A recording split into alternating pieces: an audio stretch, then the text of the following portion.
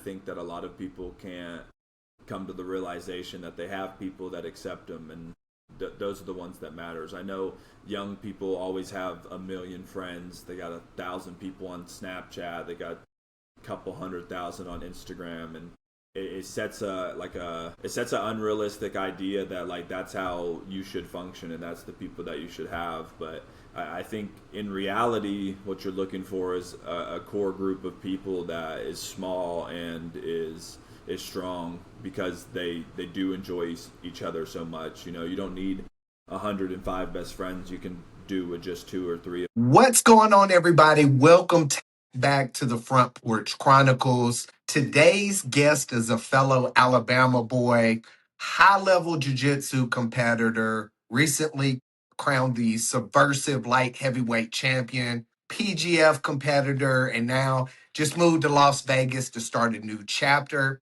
I've been looking forward to this one for a while. A lot of people know Travis the Mantis Thomas for what he's accomplished on the mats, but I don't think a lot of people know the guy behind it all. And so we're going to talk about Alabama roots, jiu-jitsu, competition, life lessons, and everything in between. I appreciate you coming on, brother. Yeah, absolutely. Thank you for having me. Yeah, I've been looking forward to this one. You and Fleroy, anytime I could get a fellow Alabamian on here, I feel like it's going to be a good conversation. Yeah, I figured after you done a podcast with Fleroy, you'd want me to come on here so you can get something better. Most people, that's what they think. You know, for the people who don't know your story, who is Travis Thomas? Yeah, I was born in California. I moved out to Las Vegas when I was 8, moved out to Alabama when I was 12. I've always been in sports. I played baseball growing up. I played football, played a little bit of college, played a little bit of arena football. And then I just started doing martial arts just kind of on a whim. My buddy had told me, hey, I think that you could be good at this. Why don't you give it a try? I was looking to just basically start a career in welding and pipe fitting, and went to my first class and kind of just gave up on life as it is and started doing martial arts. I moved into the gym, and the rest has been history. Besides that, I'm super dedicated to my family. I have a really big support system. I'm always trying to be in whatever they're doing or around them. Moving to Las Vegas kind of pushed us away from that, but I'm a big family guy, and I live here with my girlfriend, my dog, and a cat. Sweet. You said you moved to Alabama when you were 8. I guarantee that was some culture shock. What was life like growing up in Alabama? Yeah, so I moved there when I was 12. I moved to Las Vegas when I was 8. Okay. But still, huge culture shock. I was in the West Coast. We skated, we played baseball, we wore skinny jeans. We thought it was kind of cool to wear like girl colors, polka dotted backpacks. It was kind of in. And when I moved to Alabama, it was boat shoes, khaki shorts, football, polos, and I definitely had got the vibe from everybody got the vibe from me. They thought I was gay or something because of how I was acting, but it was honestly like just taking a step back in time going into Alabama. It was quite refreshing. It's a small town. Everybody knows each other, which can be good, can be bad. You do something that gets yourself in trouble, everybody knows about it the next day. But I really enjoyed the country style of living, the being able to be out and wherever you wanted to be, and not too worried about what kind of crime or trouble was going to present itself. So that was always nice. Yeah, it's always I did the complete opposite. So I moved out here to SoCal. I was 36, 37. And like I was coming, my brother was a Marine, and he was like, "Hey, I'm getting restationed in California. I need your help for like 6 months." And like for me, we have this it's so crazy how the world teaches us the most odd shit of how to think within a box. And I'm like, bro, I don't want to go out here with these pot smoking hippie freaks and whatever. And then I moved out here, and I fucking love it. Like, I'll never fucking leave. I mean, I love Alabama, and I love the slower paced lifestyle and stuff like that. But I also like out here, it's so diverse. Like, if you're into skating, you're into skating. If you're there's no like fitting in this little fucking box and feeling like you have to do everything that everybody else wants you to do. Yeah. So Me and Fleroy actually had going down for Subversiv, we went a week early. He was born in California as well, but he hasn't been there since he's been an adult. So my uncle lives out there, all my family lives out there. I figured I can go show him Venice Beach, Huntington Beach, a couple of the things, and something that he had talked about that I enjoy about the West Coast as well. He mentions it in Vegas too, is people don't look at Fleroy different when he's smoking a cigarette or the way he has his hair, the way he's wearing his clothes. Same thing with me. I got a throat tattoo, and that's a little bit more old school for people to be like, oh, look at this guy. But it still does happen, and not in a way that I feel oppressed of any kind of way. I decided to do this. But in California or Las Vegas, you don't get that, like, oh, who's this guy? Who's this guy walking? And there's so much diversity that you never really get into anything like that. Yeah, and it's so much more chill to me. And like, I think the crime thing, for out here, like I'm from Montgomery, so it's a little bit, there is like crime is rampant as Yeah. opposed to out here, like, especially I've got 5 kids, right? So I don't have to worry about, like, I mean, not that I just let my kids have a free for all, but like, I don't have to worry about shootings. Like, the biggest crime around where I'm from is like somebody did donuts on the football field or some shit. And it's like, okay, at the end of the day, what does it really matter? Yeah, for sure. What kind of kid were you growing up? Yeah, I mean, I was always super active. I always wanted something to do. We would get done with baseball practice, baseball games. I would get home and be like, hey, what are we going to do next? I really enjoyed sports. Not so much that I'm like a sports freak and I read up on sports. I enjoyed participating in sports, whether it was baseball, pickup football, pickup basketball, which I absolutely suck at. I cheered in college. I've always been into like gymnastics and tumbling. I was loud and I was annoying.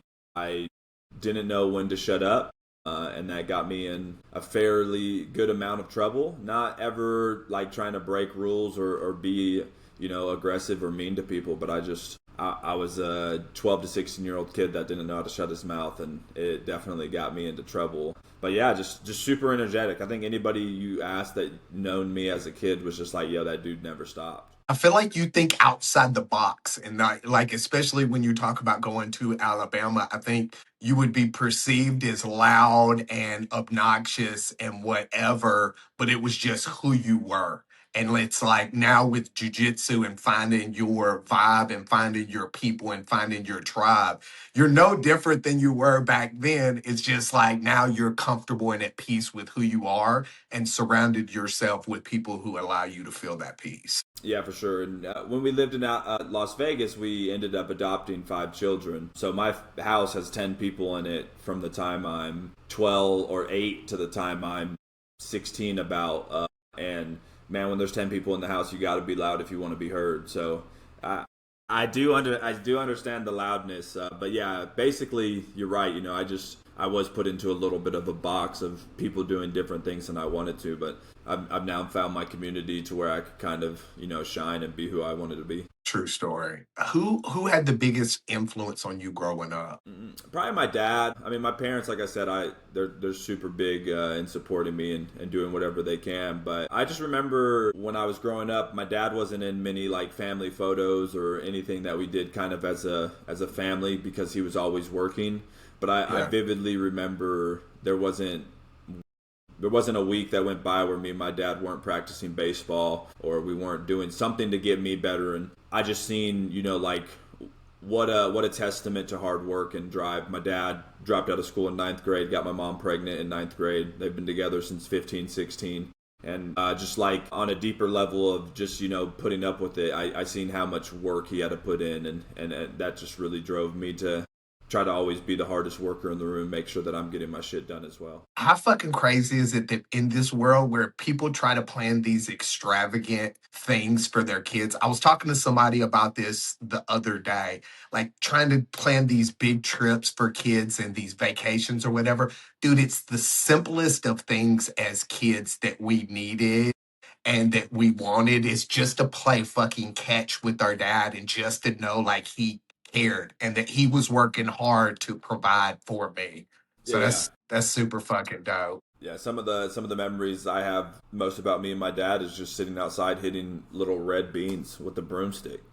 Or him telling me, "Hey, keep your elbow up when you're hitting." Just like, yeah, super small things that I can't remember one time that we went and did something crazy besides like a beach trip, which that's cost nothing. Just go to the free beach, you know. Yeah. Wait, What would I was gonna say with 10 people in the family, you're not doing many extravagant things, anyways. You know. look? I was fixing to say, bro. I got 5 in the struggle is real. I couldn't imagine 10. He probably was having to work 2, 3, 4, 5 jobs. Literally, it cost $100 to go to Taco Bell get tacos. Wow. What would surprise you the most about young Travis? Dang. I do think that a little bit I was put into a box, but I also think that I had a mindset of like just too carefree. I felt like this is me. If people don't like it, then like you can suck it up. But I think that that's a bad mindset, and I think that I didn't think I was ever going to grow up out of that. And I think that young Travis did a really good job of, formatting himself into a place to where he can function in society, but still enjoy who he is, and not have to like totally encapsulate what that was. I get to use some of that, like in Jiu-Jitsu. I get to go be as energetic as I want, but I figured out how to encapsulate it into a way that I can present myself professionally in business and things that way. Evolving while the core of you stays Yeah, there. correct. Yeah, it's fucking dope. Yeah. One thing I've realized as I've gotten older is most of us spend years chasing something and we don't even know why we're chasing. And then life humbles you and makes you stop and ask what really matters. If I sat down with 18-year-old Travis, what would success look like to him? Man, I think the mission's always kind of been the same. I've always wanted to be a professional athlete, whether that was baseball, football, jiu-jitsu, MMA now. I think, yeah, that would be success, would be having a family and playing or competing in some kind of sport that drove me. What do you think he was worried about? Fitting in.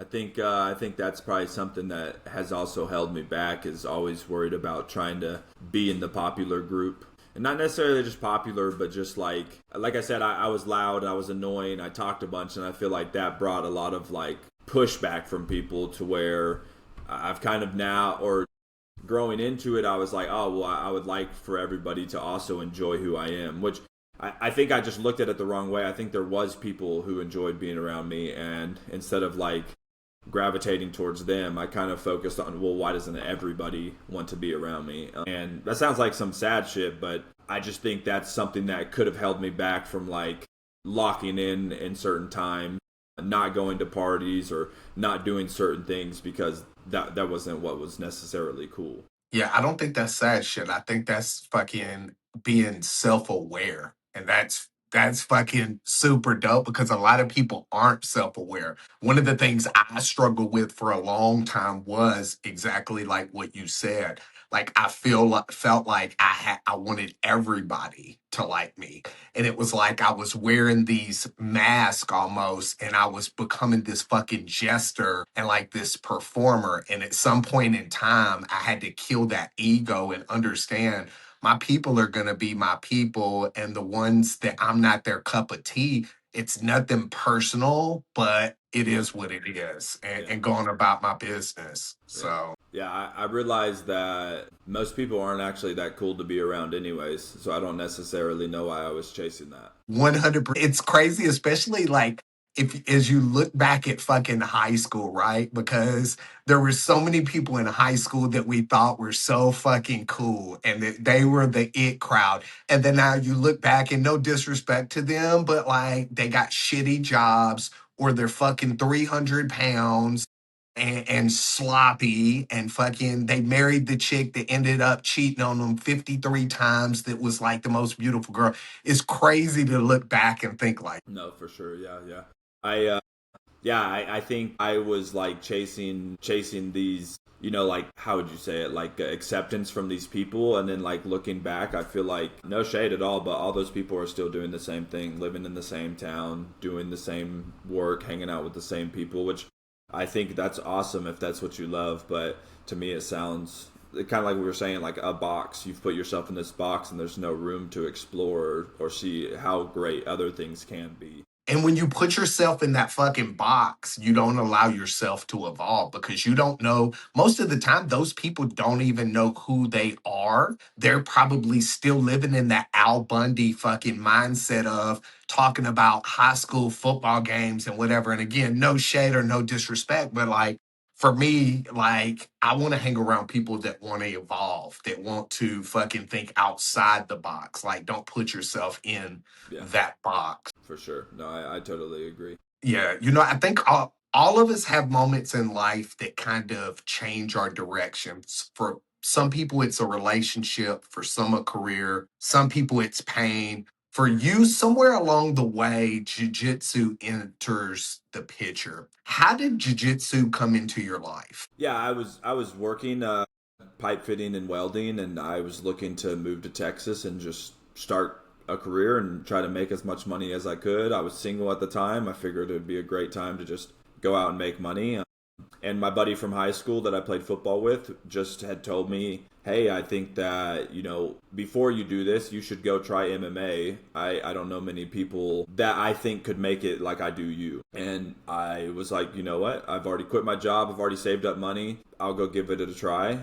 And I went in there. I did one class on 1 week. Something ended up, it was actually like the start of PGF season 3 or PGF season 4. So they closed down the gym for a week because they were filming it different. So I went one day and I was like, oh man, I can't wait to go back. That week ended. I came back and yeah, the rest was history. I started training like 3-4, as many classes as they had to offer at the gym. I was there, so much so that I ended up moving into the gym about 4 or 5 months in, and I just trained as much as I could. MMA, jiu-jitsu. Was it hard for you leaving the pipe fitting and the comfortability almost of having like a job or a career set up? Was it hard to step into jiu-jitsu and trying to find a career and kind of like not having the stability of something, a for sure thing? I've always had like pretty stupid confidence. Yeah. So even when I started jiu-jitsu, I was like, oh, dude, I'm going to beat all these dudes up. There's no way. And you learn pretty quick that that's not necessarily true. I think that my skills escalated pretty quickly. I was tapping black belts at white belt pretty often. I ended up doing my first MMA fight at like 6 months in, no striking, won my first MMA fight, got my blue belt. So I feel like I excelled pretty quickly, but I had this like confidence that had no backing of like, I'm going to be Gordon Ryan, I'm going to be John Jones, whoever it is that's the best at this, that's going to be me. So I'm sure there was, I should have thought about it a little bit more about like, how is this going to be in 4 years? I was also like 24 when I started. Yeah. Or 25. I'm about to be 30 tomorrow. So I've only been in it 4 or 5 years, and I haven't really got to where I wanted to, but I just had this stupid confidence of like, oh, what do you mean that I won't be making money? I'll be making money. You've got this rare combination. Like there's some people that are just very good technique. And then there's some people that are just very good athletically and they can fucking just make it do what it do. You've got this fucking like combination of this like explosive athletic power, and you also have the technique in there as well. So the sky's the limit. Like you said, it's only been 5 fucking years. That's crazy to think how good you are. And the sky, like I said, the sky's only the limit. I appreciate that.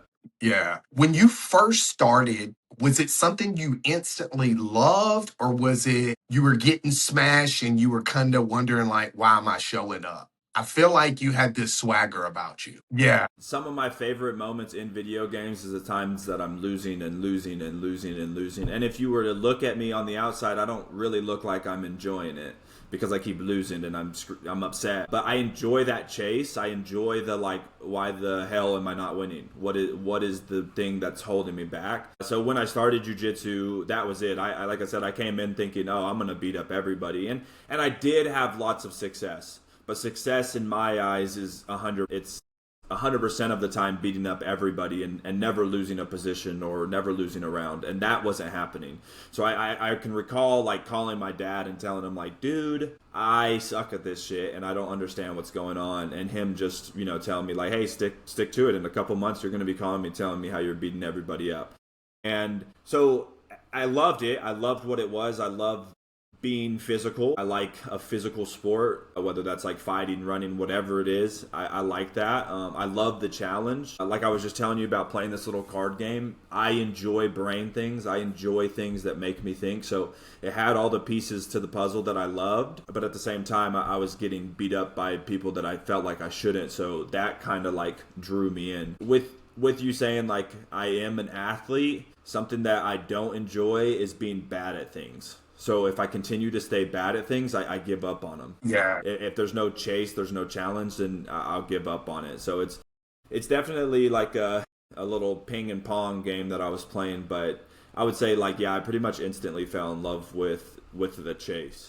How dope is your dad fucking giving you that fucking that's fucking pretty dope. Like for me, like that motivated me. Shit, he's got me wanting to go hit the noon class. I'm like, damn. You know, one of the things I've always loved about jujitsu is because the mats don't really care who you are. They don't care how much money you make, your job title, your followers, all that bullshit. What did jujitsu reveal to you about yourself? Yeah, I think Brandon McCatherine talks a lot about like the struggles that you find in jiu-jitsu are the things that you're struggling with in real life. And this kind of like played into the stupid confidence thing. Is I've realized fairly quickly that I have a struggle with patience. I have a struggle with waiting for things to come and being slow to like see how things curate. So that's probably the biggest thing. And then with this, like,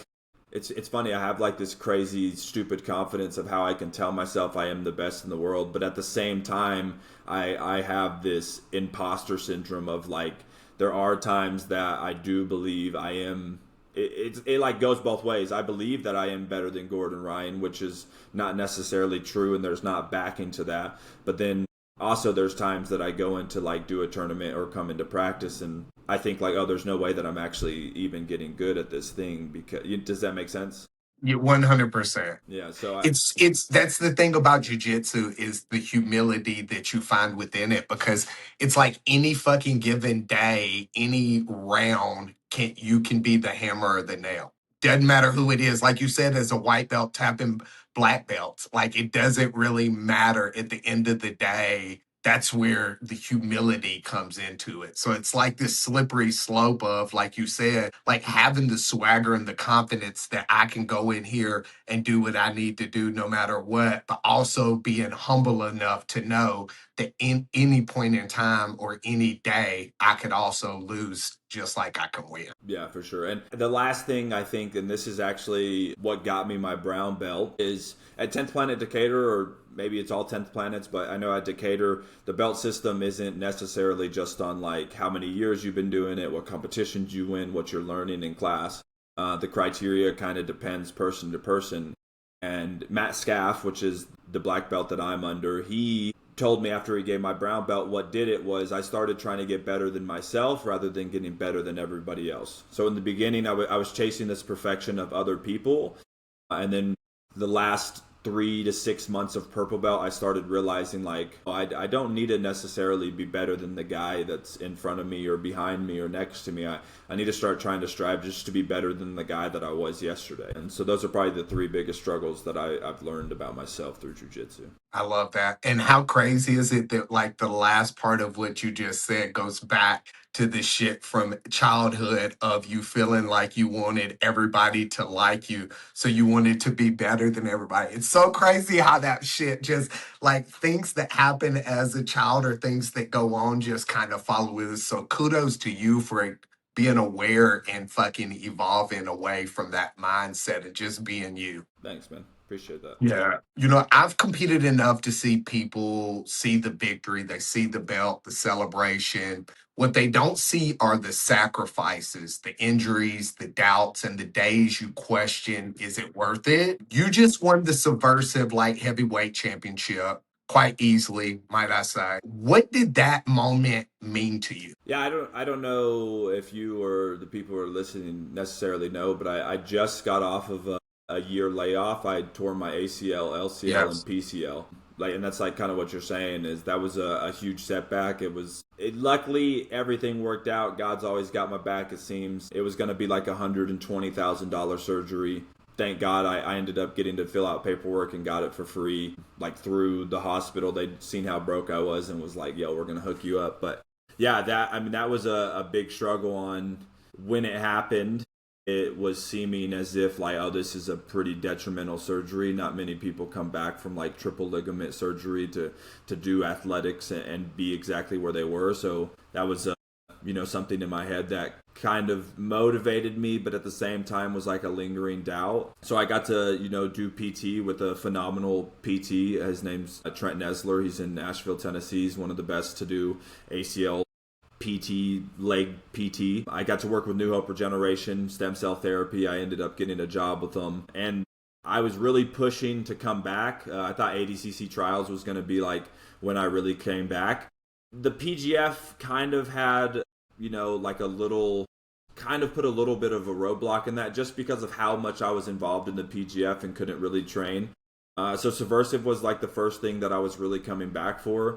And like I told everybody, this is where I want to make a statement. This is where I want people to see that I am back and I am going to be the same, if not better athlete. And so winning the belt was, it was great. I thought it showed like a couple things. One, like how resilient I am, how determined I am to come back and get better. And then also like week of, I had an opponent change. Day of, there was a bunch of shit going on. So it was just like also a test to my mental strength of, not only could I, withstand a whole year of being in a shitty situation, but even if you want to throw things at me the day of, I'm still going to come out there and whoop some ass. And that you did. And that you did. Were you a little bit nervous coming back? I know coming back, I've had an MCL. I've never, knock on wood, torn an ACL. Were you a little bit nervous coming back, especially knowing how athletic you were before? So this was like I wanted to show everybody how much I've came back. I Yeah. did do ADCC trials, and I did do 2 matches before that. The 2 matches Yeah. before were a local tournament. ADCC was, I just jumped in it without a training camp. I was like, whatever. Yeah. So I've been able to not only test it in competition, but also test it really good in training. I just started training with like some of the best guys in the world: Adam Wrzynski, Elder Cruz, Nick Hartman. We do private sessions 2 times a week where we're wrestling. We're going as hard as we can, basically trying to kill each other. So I had tons of confidence in the knee. Yeah. I have lost some athletic ability. I just think it's still going to take time. The full recovery, they say, is 12 to 18 months. I'm right at like 14, 15 months. So Yeah. I'm close, but not much. I was pretty confident in it, I will say. Yeah. Yeah. I don't know about you, but some of the biggest growth moments in my life came after being humbled. Have you learned more from winning or losing when it comes to jiu-jitsu or just in life? Definitely losing. I think everybody might. I would say most people will probably feel the same way, but yeah, it's definitely been my biggest losses that have dictated or shaped me in a different way. Whether it was jujitsu or when I was younger, getting upset and punching asphalt, I feel like that was a major loss. That like I used to be a really angry guy for no reason. I just felt like I wanted to be angry. Broke my hand and was like, "Yo, I don't want to be angry no more." And like that has shaped the way that I interact with everybody. Like to where now you probably couldn't get me upset. You would have a harder time trying to get me mad than it would take a couple years ago. And losing in jiu-jitsu, getting to see that like you still have support, I think that's a big thing. I really enjoy having nerves to go fight. I think that's like biologically how it's supposed to happen. But when you're in that moment, the thought for me is like, oh, when I lose or if I lose, people aren't going to like me no more. People aren't going to support me. And then sucks to say, but being there enough times losing, you're like, oh, that's not even true. That's not even a thought that anybody has. Everybody's just happy to see me go out there and do what I love to do. They don't care about the results. They just care that I'm out here having fun. So I think, yeah, losing can show a lot of growth. Yeah, having that fucking self dialogue is so fucking key to being like, hey, am I thinking this is one of the things I learned from going to do ayahuasca? Is learning how to have that self talk with myself. Like, we make this negative thing about people talking to themselves, but it's like so necessary. Like, now when some shit happens, I'm like, okay, is this realistic? Or is this something you're triggered and you're speaking or thinking out of an emotional standpoint? And this is something that is delusional, and reel me back into like real life and be like, okay, this was delusional. People are going to love me regardless whether I win, lose, or draw, no matter. For sure. What do you feel like separates people who make it from people who quit? Yeah, I think, dang, that's a good question. It's definitely doing it for the love of the game rather than doing it for the love of what the game brings. I think you could see it like Conor McGregor is a guy who did make it. He made $90 million, and then his career kind of like took a shit after that. And I still think he's one of the greatest fighters to come to the UFC just based on like how he could bring a crowd. But you see that once he got what he was looking for, it kind of failed. So I think people either get what they're looking for or don't hit that mark. And most of the time that mark is making millions and millions of dollars. So when you do hit it, you kind of lose focus on, getting better and staying in it. But when you don't hit it, you get discouraged because you're not hitting the goals. I think setting more realistic goals and enjoying the process and loving the game is what can continue to keep you in there. Everybody always says that it's not about it's not about discipline, it's not about like motivation, it's about discipline. I do think that is true though, is you have to be willing to go in and do it every single day, regardless of how you feel about it. And that helps when you love the process instead of just love the results.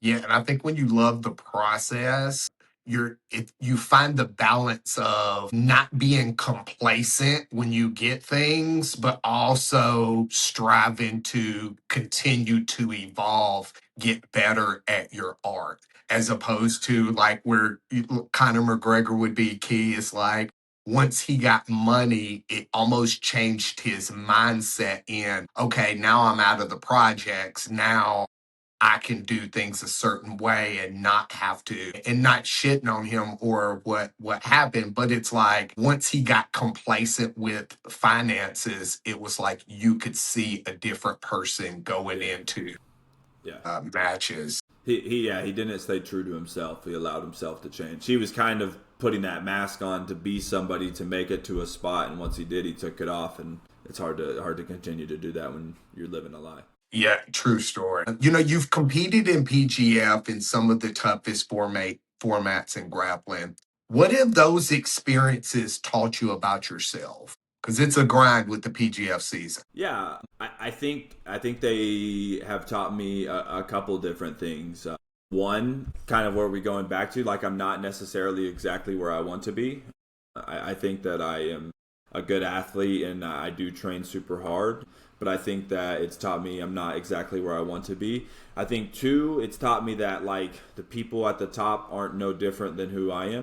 It's just another guy doing the same thing, and it's not a scary monster who's bench pressing 900 pounds. All these guys are doing the same thing. And then three, a lot of the guys at the top aren't doing it as good as I'm doing it. Not that their skill level's not as good, but they don't take themselves as serious, or they allow the coolness of being a champion bleed into their life and forget, like I said, loving the process. I feel like it's also taught me that, yeah, this is what I want to do and I'm exactly where I'm supposed to be. True story. I think when we're younger, we're all trying to prove something to our parents, to our peers, to ourselves. Sometimes even to people who aren't thinking about us, to be honest at all. What do you feel like you're trying to prove to yourself these days? I think I'm trying to prove I'm a badass.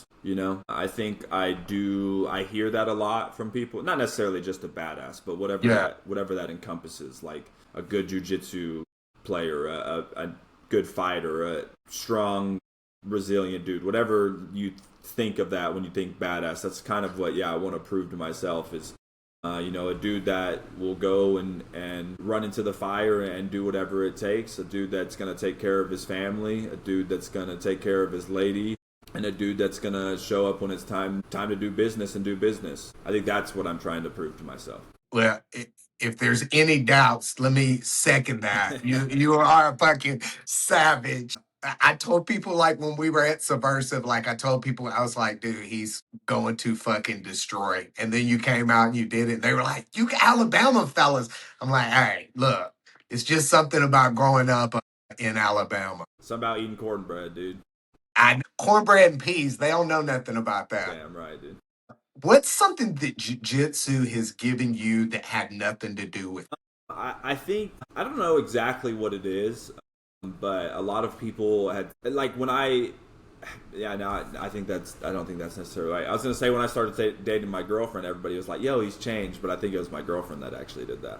I think it showed me that kind of like the respect thing, how I was saying, I used to, when I was younger, just like not really care what people thought of me and just, they could think whatever they want. And it's still that I don't care what people think, but I feel that I've learned to be able to mold myself into a more... You're comfortable in your own skin. Yeah, for sure. And like I can be in a room with different people who maybe I don't enjoy, or like I could be around people who are kind of being assholes and not really go crazy on them. And some people would be like, oh, well, it's because you know how to fight, so you kind of can like push yourself away from that, and you don't want to fight because you know how to fight. But it's more just like learning how to respect people because everybody is going through their own things.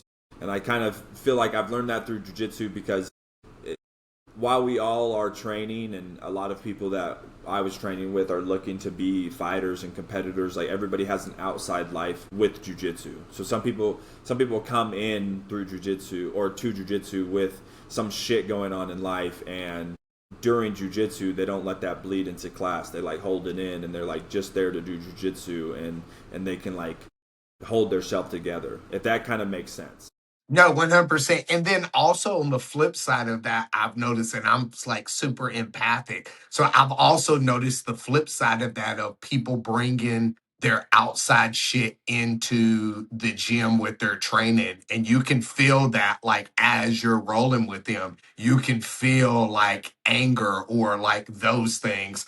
So that's like kind of one of those things when I train with people, like, kind of know who they are. I just don't fucking roll with anybody because it's like, I don't want to put myself in a position to where, I tell people, like, especially white belts, I'm like, look, this can go one or two ways. We can roll and I can teach you and I can show you some things. But if you come in here and you're trying to UFC fight me or trying to get ratchet, I go 0 to Chris Brown as quick as I need to. And it can be a bad day for you. So, like, let's just roll, have fun, and kind of whatever. And then sometimes there's people that you just go in there and you're like, hey, I'm going for a competition. Let's get ratchet together and do your thing. So damn right. It's cool to set those boundaries. Sure. Social media is funny. People see a championship, they see success, and they assume life is perfect. But every person I've set a call across from has fought battles nobody really knew about. What's a challenge that you're dealing with right now that people might not see? I moved down to Las Vegas to be the general manager for the Kings, and I had an envision a different play. Like when I came down here, I thought it was going to be different than what it played out to be, and it's getting better now. Like I said, I got that training group I've been training with. When I first got here, though, it was really, really difficult to find training partners. It seemed like everybody that I talked to that was like, yo, I would love to train. If you're doing anything, let me know. It kind of just got like pushed to the back burner, and I really didn't get any training. And then I also had left my coach, Matt Scaff, which was like my dude, one of my best friends. We talked and trained every single day. So I'm out here now solo. So like figuring out how to run my own training camps and run my own workout plans and run my own cardio and run all of that is a little bit of a difficulty that most people probably don't see. That's a lot. And it ain't I tell you what, they ain't making a bunch of money out here doing the jiu-jitsu. It does not. It does not. It's always crazy because I tell people they have their mind that UFC fighters, jiu-jitsu guys are making all of this money, and I'm like, most of these guys do it for the love of. Sometimes they end up popping off, getting sponsorships and whatever, but they have to go through a tough season. Oh, for sure. Speaking of that, I found every season of life looks like something different. The version of me at 25 couldn't handle the responsibilities that I have today. What's this version of Travis you're trying to become right now? Yeah, I think I'm trying to become more financially responsible, especially, I want a kid, I want to get married. So these are like two big steps that I want to take that's going to take a little bit more discipline and responsibility financially. And then also I'm trying to prove myself in the jiu-jitsu scene. Right before I had surgery, I felt like I was getting to that ceiling that I was going to break out of. So I'm trying to not lose any steps and get right back there. And then also in my career as in the general manager for the Kings, I'm trying to break the ceiling of what we have and earn the team a bunch of money and fulfill a role in the professional realm as well. What experience do you feel like changed the trajectory of your life? I probably have two. It was probably the punching the asphalt. I was dating this girl that was super toxic. This was young college, high schoolish relations. I again was an angry guy, and the girl at the time knew this, and she enjoyed to fester me up, and she was ignoring me all day, and I was sitting by her car, and in my brain I thought I could punch her, I could punch the car, or I could punch the ground. I was first two options don't seem great. Ended up punching the ground, blasted my hand. I have a steel plate in my hand now, and in the instant I was oh, I cannot let my emotions control me like that anymore. This is gonna cause something super bad. Imagine I did punch her, I would never want to hit a lady, but those are the three thoughts that I had in my head at the time. Yeah. And what would be next? So that was one. And then I used to sell a lot of weed. I used to be the Alabama plug guy, and I was smoking one time in a car in a parking lot. The police pulled up. I ran away from the police. It ended up nothing ever happened. I guess that happened, but I got away.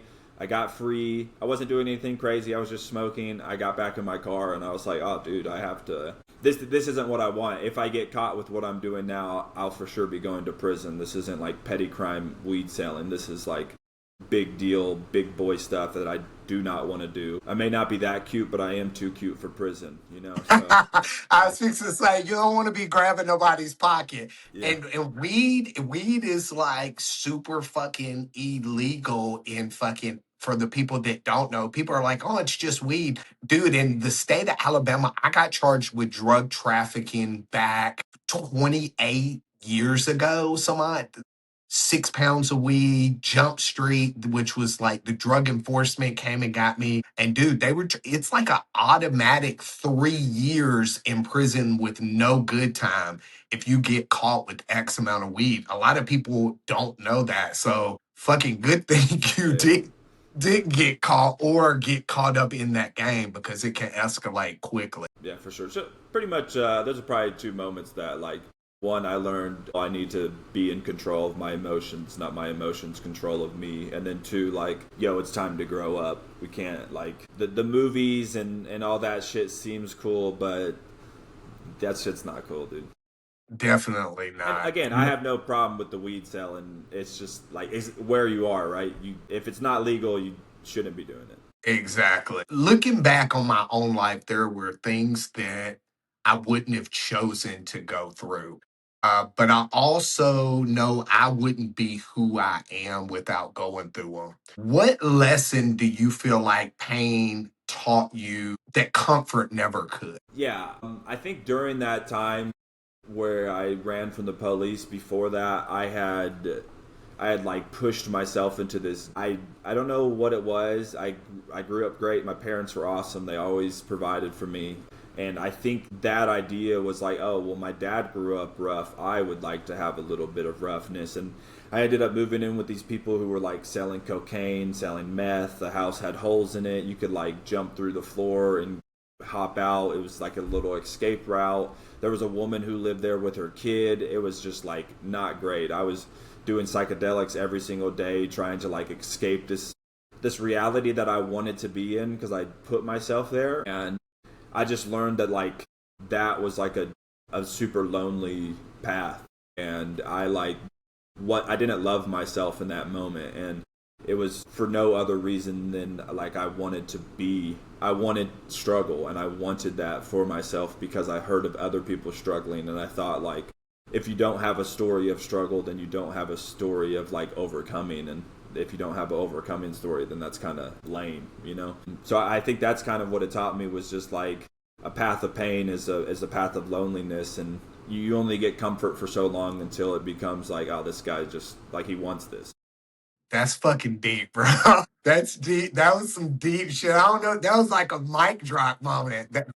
True, it's like a self-sabotage. Like crazy. I've settled calls from a lot of people on this podcast with different backgrounds, careers, stories, but they all seem to be searching for something. When you look around today, what do you think most people are really searching for? I think like what I was saying earlier is they're searching to be accepted, and I think that a lot of people can't come to the realization that they have people that accept them, and those are the ones that matters. I know young people always have a million friends. They got 1,000 people on Snapchat. They got a couple 100,000 on Instagram, and it sets an unrealistic idea that like that's how you should function and that's the people that you should have. But I think in reality, what you're looking for is a core group of people that is small and is strong because they do enjoy each other so much. You know, you don't need 105 best friends. You can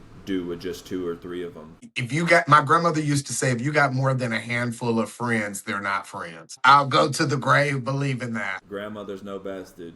Exactly. What's something that, you're fixing to have a birthday, early happy birthday, by the way, but Thank you.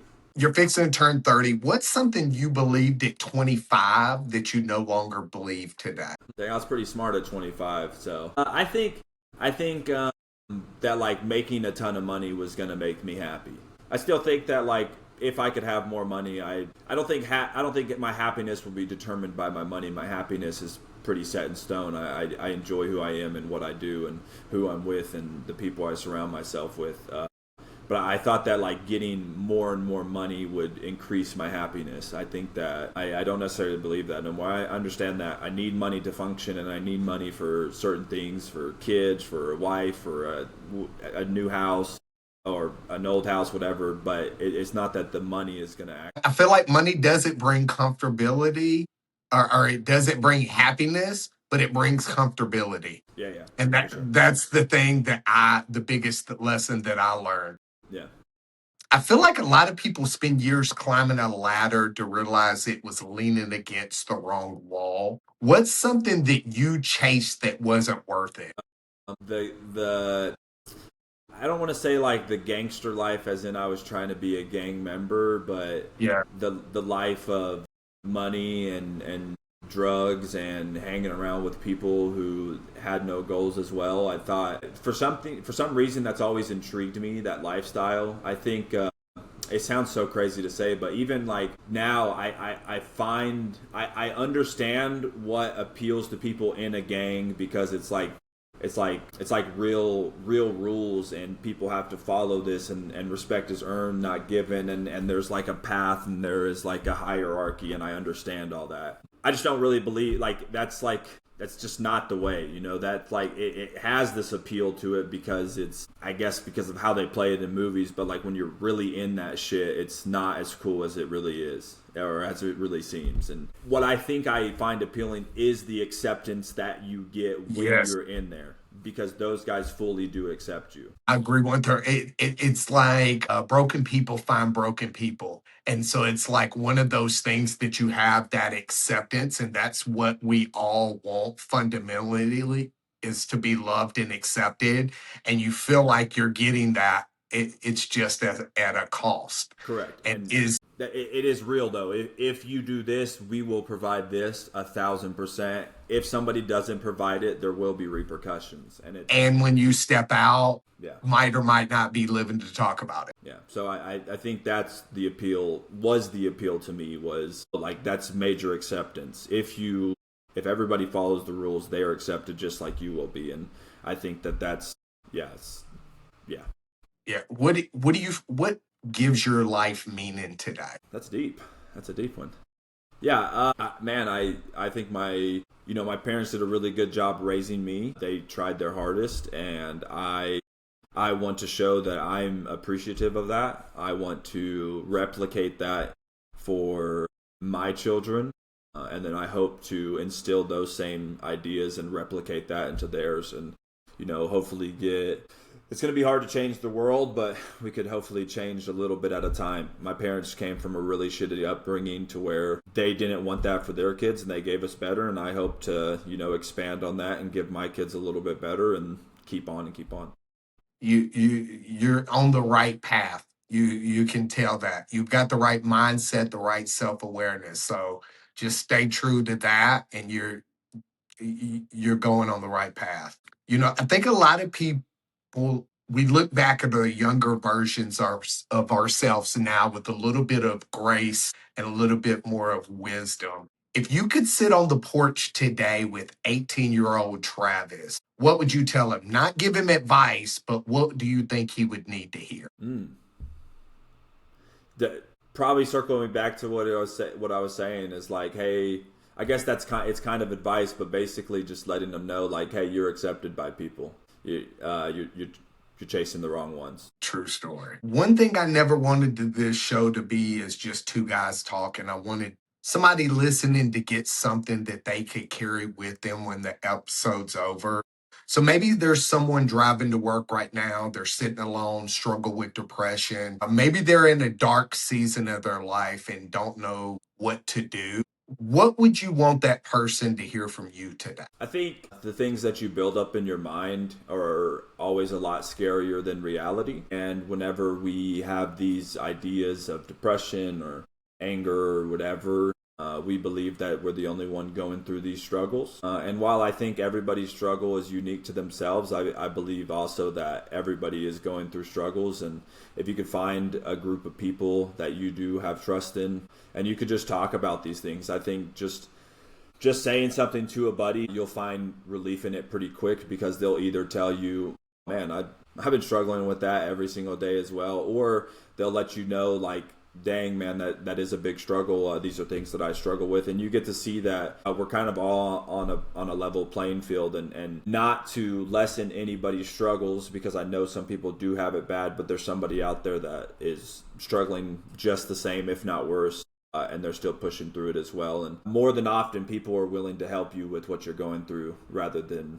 you just having to sit in that shit. Yeah, it's crazy. The more that I go through my journey and find people as I heal that are healing as well, the more that I share and that they share, I see that all of our struggles are unique to us, but they're all fundamentally the same, right? We all wanted to be heard. We all wanted to be accepted. We all wanted to be loved, nurtured, all of these things. And they all come from those same wounds. But it makes you feel normal hearing other people saying, hey, you know what, bro, I'm struggling with that shit too.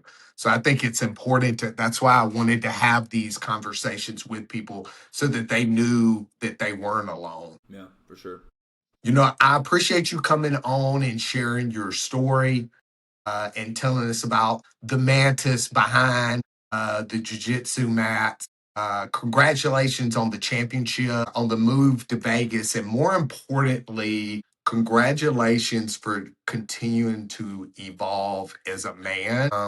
Guys, if you're out there listening, if you got value from this conversation, make sure you subscribe, leave a comment, and share the episode with somebody who needs to hear it. And as always, thank you for spending time on us here on the Front Porch.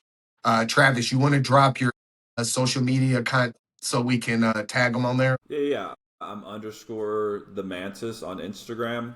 I'm Travis Thomas on Facebook, _ the Mantis on YouTube. I mostly just post on Instagram though. Me too. Yeah. Go follow this man, Travis. I appreciate you coming on, and I'll see you soon, brother. Yes, sir. Thank you.